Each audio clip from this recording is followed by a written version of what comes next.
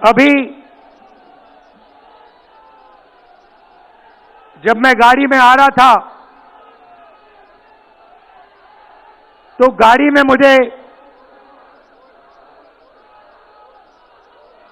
मुझे बताया कि अंडमान निकोबार में मोहन भागवत ने एक बयान दिया। मेरा भाषण का प्लान दूसरा था, मगर जब मैंने उनका बयान सुना तो मैंने अपना पूरा प्लान बदल दिया, भाषण का प्लान। गांधी जी कहते थे कि सत्य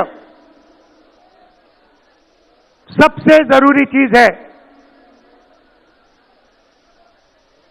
हमारे धर्म में सत्य को सबसे जरूरी माना जाता है। आपने सुना होगा सत्यम शिवम सुंदरम, सुना है? हमारे धर्म में कहा जाता है सत्यम शिवम सुंदरम। आपने सत्यमेव जयते भी सुना होगा, सुना है? अरे भाई, कांग्रेस के कार्यकर्ता हो, सुना है? अब मोहन भागवत का बयान सुनिए। विश्व सत्य को नहीं,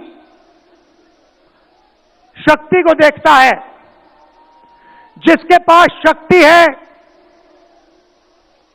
उसे माना जाता है। यह मोहन भागवत की सोच है, यह विचारधारा आरएसएस की है। हमारी विचारधारा, हिंदुस्तान की विचारधारा, हिंदू धर्म की विचारधारा, दुनिया के हर धर्म की विचारधारा कहती है कि सत्य सबसे जरूरी है।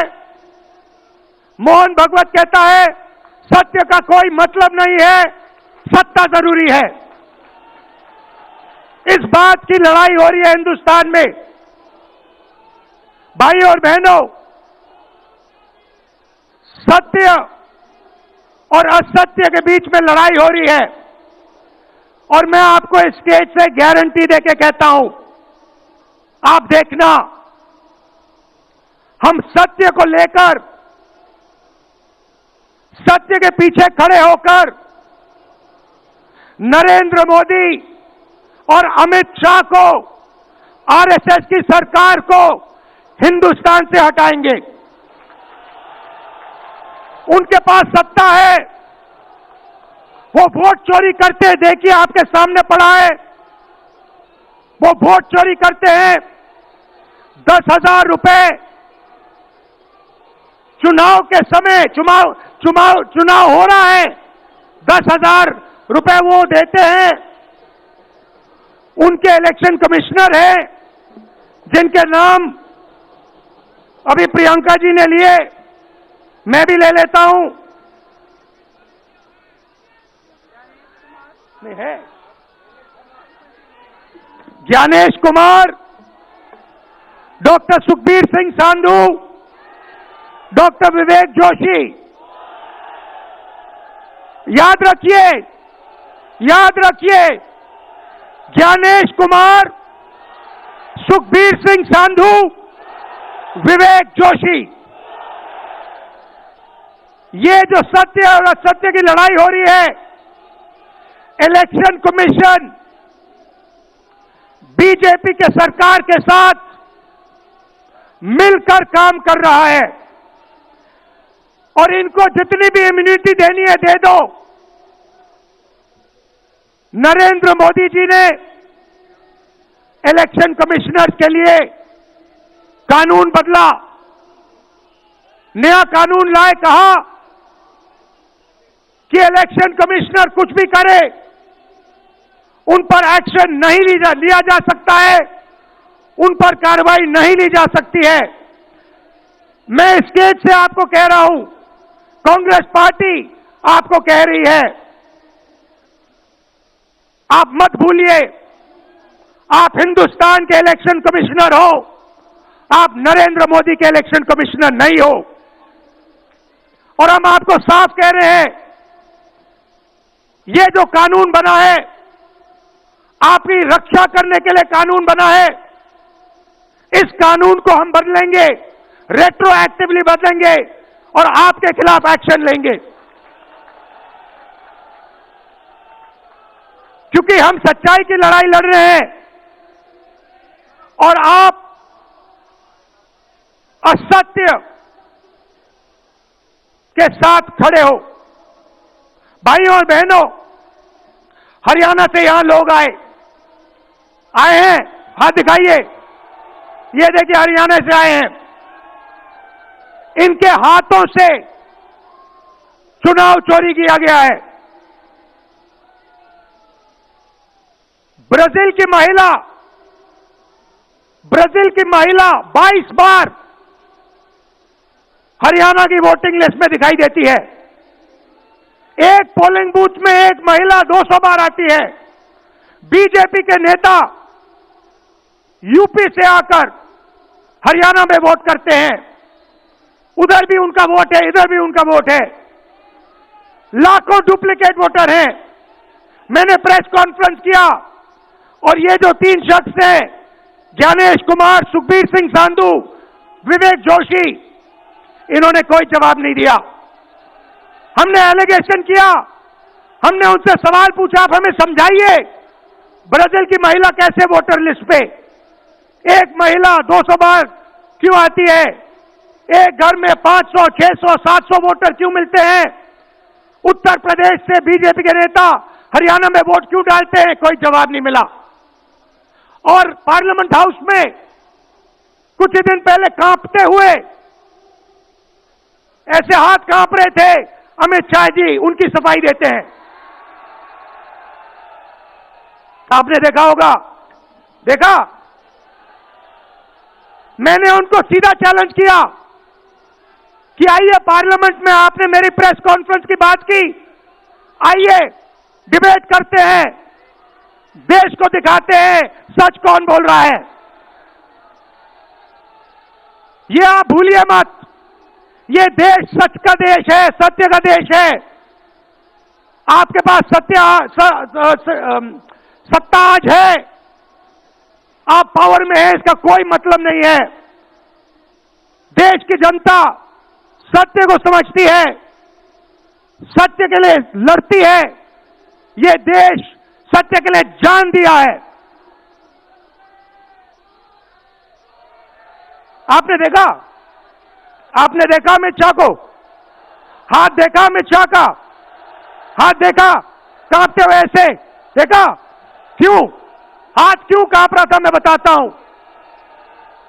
क्योंकि ये बहादुर जब ही है जब इनके हाथ में सत्ता है। जैसे ही इनके साथ से सत्ता निकलेगी, आप देखना इनकी बहादुरी कहां जाएगी।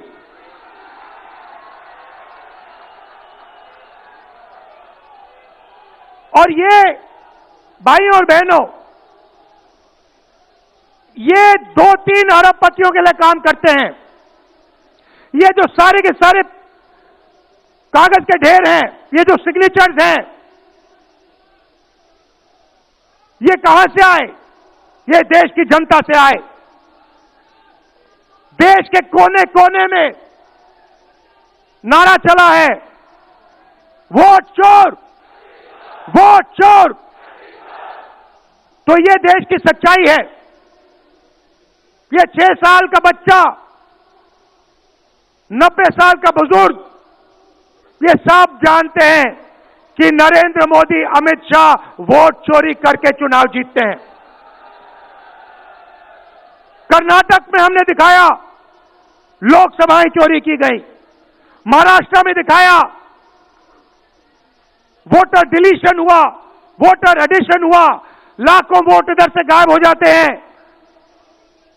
महाराष्ट्र में लाखों वोट ऐड हो जाते हैं। हम इलेक्शन कमीशन से पूछते हैं, कोई जवाब नहीं मिलता। मगर शायद टाइम लगे, देखिए शायद टाइम लगे, मगर हिंदुस्तान में सत्य की जीत होने वाली है। और अमित शाह जी, मोदी जी, जितने भी आपको भाषण देने हैं आप दे दीजिए। अंत में इस देश में सत्य की जीत होती है। महात्मा गांधी ने हमें रास्ता दिखाया था, उस रास्ते पर हम चलते हैं और सत्य से आपको निकालेंगे।